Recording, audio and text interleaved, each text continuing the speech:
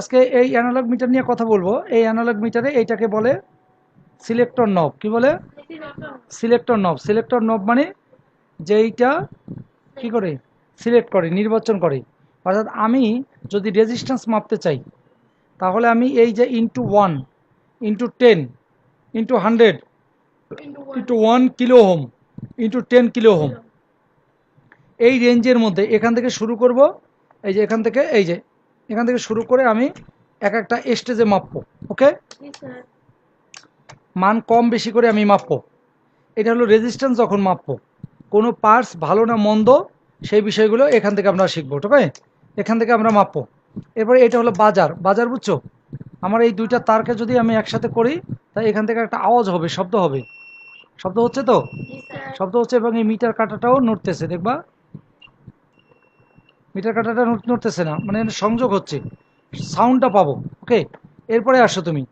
এই যে রেঞ্জটা, এই রেঞ্জটা এইখান থেকে আমি এসি ভোল্টেজ মাপ, ওই যে লেখা আছে এসি ভোল্ট, লেখা আছে না? AC volt. এখান থেকে 10 ভোল্ট, 50 ভোল্ট, 250 ভোল্ট আর হলো 1000 ভোল্ট, এই রেঞ্জের মধ্যে এসি ভোল্টেজ মাপবো। আর আমি কি করব, এই রেঞ্জের মধ্যে ডিসি ভোল্টেজ মাপবো। এটা 1000, 250, 50, 10, 2.50, 0.5, এইভাবে করে মাপবো। এটা হলো ডিসি ভোল্ট মাপবো। ক্লিয়ার? আর এই জায়গা থেকে আমরা ডিসি কারেন্ট মাপবো। কোথা থেকে এই ডিসি কারেন্ট মাপবো? আমরা হলো এই যে 100 মাইক্রো অ্যাম্পিয়ার, তারপর লিখবো 2.5 মিলি অ্যাম্পিয়ার, তারপর হলো এটা কত লিখবো, 25 মিলি অ্যাম্পিয়ার, তারপর হলো 0.25 অ্যাম্পিয়ার। 0.25 অ্যাম্পিয়ার কি জানো? এই যে 0.25 অ্যাম্পিয়ার, 1 অ্যাম্পিয়ারের 4 ভাগের 1 ভাগ, 4 ভাগের এতটুকু মাপতে পারবো আমরা। 1 অ্যাম্পিয়ার মাপতে পারবো না। ওকে, তাহলে আমাদের মিটারটা নষ্ট হবে। আর এইটা হলো আমাদের প্রুফ। এই যে তারটা গেছে, এই যে তারটা, এইটা হলো পজিটিভ প্রুফ, আর এটা হলো, বোঝো নাই? তারপরে হলো এখান থেকে এইটা হলো জিরো অ্যাডজাস্টেবল নব। এটাকে আমরা দিয়া জিরোটাকে ঠিক করে নিব। কিভাবে ঠিক করব? ধরো আমি কোনো রেজিস্ট্যান্স মাপবো। এখন দুইটা এই জায়গায় সিলেক্টর নব রাখার পরে এরকম করলাম, দেখছো? এখন করার পরে জিরো থেকে আসছে, ওই যে উপরে জিরো আছে, আসছে? আসে নাই? আসে নাই। এই যে এখন এটাকে ঘুরাইয়া এই যে জিরোতে আনতে হবে। ক্লিয়ার? এরপর আমি যদি আবার এই নবটাকে এখানে ঘুরাই দিই, দেখো আবার জিরোতে আসছে? না, আসে নাই। হ্যাঁ, বেশি। তাহলে এটাকে ঘুরে এখানে, বোঝা গেল? এটাকে আমরা যখনই যে রেঞ্জে রাখবো সেই অবস্থায় রেখে আমরা এটাকে ঠিক করে নিব। ক্লিয়ার? এবং তো ক্লিয়ার? ওকে, এখন এই হলো আমাদের বিষয়। আমরা এইভাবে করে, সেদিন তো আমরা ডিজিটাল মিটারে ভোল্টেজ মাপা শিখছি। আজকে আমরা দেখলাম যে আমাদের মিটারটার কাটা, আর মিটারটার কাটা সম্পর্কে একটু জানো। এই মিটার দিয়ে যখন দেখো এই আমরা এসি ভোল্ট ডিসি ভোল্ট মাপবো বা কারেন্ট মাপবো, তখন কিন্তু আমরা এই শূন্য থেকে এই পর্যন্ত এই দিক যাবে কাটাটা। এখন শূন্যতে আছে, এই দিকে যাবে। যখন আমরা রেজিস্ট্যান্স মাপবো, তখন কিন্তু আমার কাটাটা ওই শূন্য থেকে এই দিকে আসবে। বোঝো নাই? যখন আমি এসি কারেন্ট মাপবো, ডিসি ভোল্টেজ মাপবো, ডিসি কারেন্ট মাপবো, তখন আমার বাম পাশ থেকে ডান পাশে মিটার কাটাটা যাবে। আর যখন আমি রেজিস্ট্যান্স মাপবো, কোনো পার্টস ভালো না মন্দ সেটা মাপবো, তখন শূন্যটা ওই পাশ থেকে তখন এই দিকে আসতে থাকবে। তার মানে যখন কারেন্ট এবং ভোল্টেজ মাপবো, তখন শূন্যটা এই পাশ থেকে ওই পাশে গেলে জিনিসটা বাড়তে থাকবে। আর যখন রেজিস্ট্যান্স মাপবো, তখন মানটা ওই পাশ থেকে এই পাশে আসলে তখন মানে মিটারটি উল্টো হিসাবে কাজ করবে। একটা হলো যখন রেজিস্ট্যান্স মাপবো, তখন শূন্যটাকে ওই পাশ থেকে এই দিকে আসতে থাকবে। বুঝো নাই? এবার আমরা একটা রেজিস্ট্যান্স মাপবো। রেজিস্ট্যান্স মাপতে গেলে প্রথমে আমরা এই ধরো এই এই 100-তে রেখে আমরা কি করলাম, আগে এই যে 100-এ রাখলাম সিলেক্টর নব, রেখে আমরা কি করব, এইটাকে আমরা ওই যে কাঁটাটাকে এইভাবে আমি ঘুরাবো। ওকে, ঘুরাইলাম, জিরোতে নিয়ে এলাম। এবার একটা রেজিস্টার বের করো। এই যে একটা রেজিস্টার, এই রেজিস্টারটা, এই রেজিস্টারটাকে আমি কি করব, এই রেজিস্টারটাকে আমি এখানে রাখবো। তারপর আমি এইখানে হাত লাগাবো না। হাত লাগালে কি হবে, আমার হাতের একটা রেজিস্ট্যান্স যোগ হবে। এই জন্য আমি এটা আলাদা করে, এটা সংযোগ। দেখো কাঁটাটাকে একটু নাড়ছে, হালকা হ্যাঁ, আমি তো এক হাত রাখছি, দুই হাত না। দেখো একটু নড়ছে। আমি একটু এটাকে আর একটু নিচে নিয়ে আসবো। এটার মান কম আছে না, এটার মান অনেক বেশি। তাহলে এই জন্য আমরা কি করব, এবার আবার এইটাকে আর একটু এসে নিব। এরপর এটাকে আবার জিরো অ্যাডজাস্ট করে নিব, দিয়া এরপরে আবার এইটাকে লাগাবো, তারপরে এইটাকে দিলাম। দেখো এখন মানটা পাইতে সুবিধা হবে। এখন দেখো আমি এইখানে রাখছি 1 কিলোতে, কততে রাখছি? তাহলে এবার তুমি শূন্য থেকে এই পর্যন্ত চিন্তা করো, তাহলে কততে আসছে দাগটা, কোথায় গিয়ে থামছে? 20। কততে?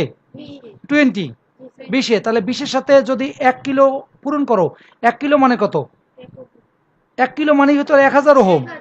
তার 1000, একের পরে 3টা শূন্য, আর এখানে 20, তার মানে বোঝা গেল যে 2 এর পরে 4টা শূন্য, 2 এর পরে 4টা শূন্য, তাহলে 2 এর পরে 4টা শূন্য। ওইভাবে আমরা না করে আমরা বলবো 20-এর সাথে অনকে যেহেতু গুণ করছি, এটার সাথে আমরা এটা গুণ করব, তাই এখানে 20 কিলো ওহম, এটার মান কত?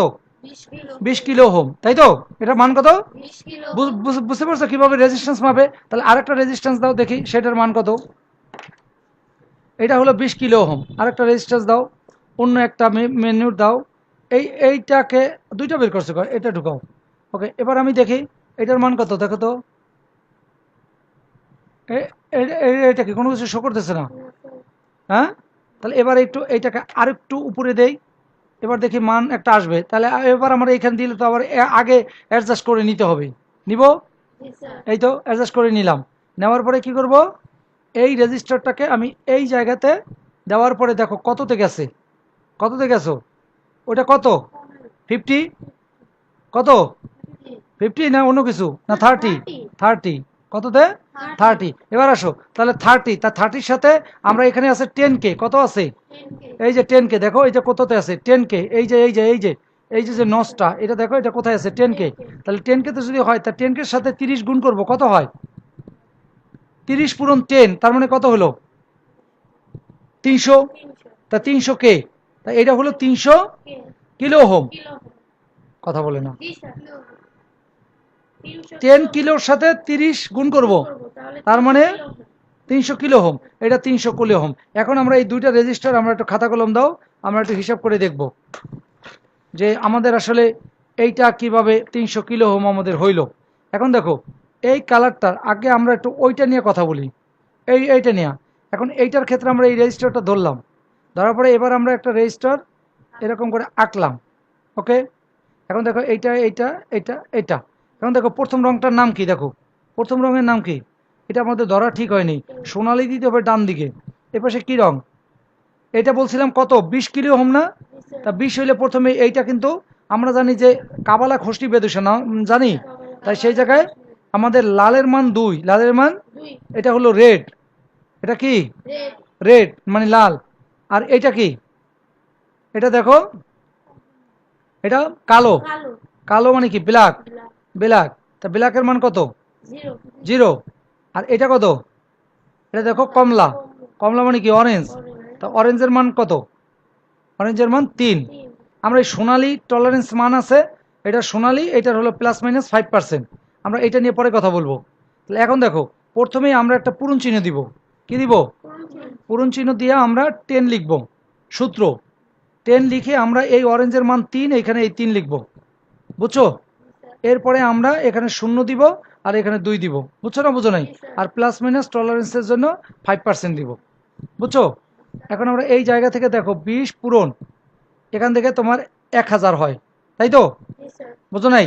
কারণ এখান থেকে এরপর 2 এর পরে 4টা শূন্য হয়, এত হলো ওহম, এত কি?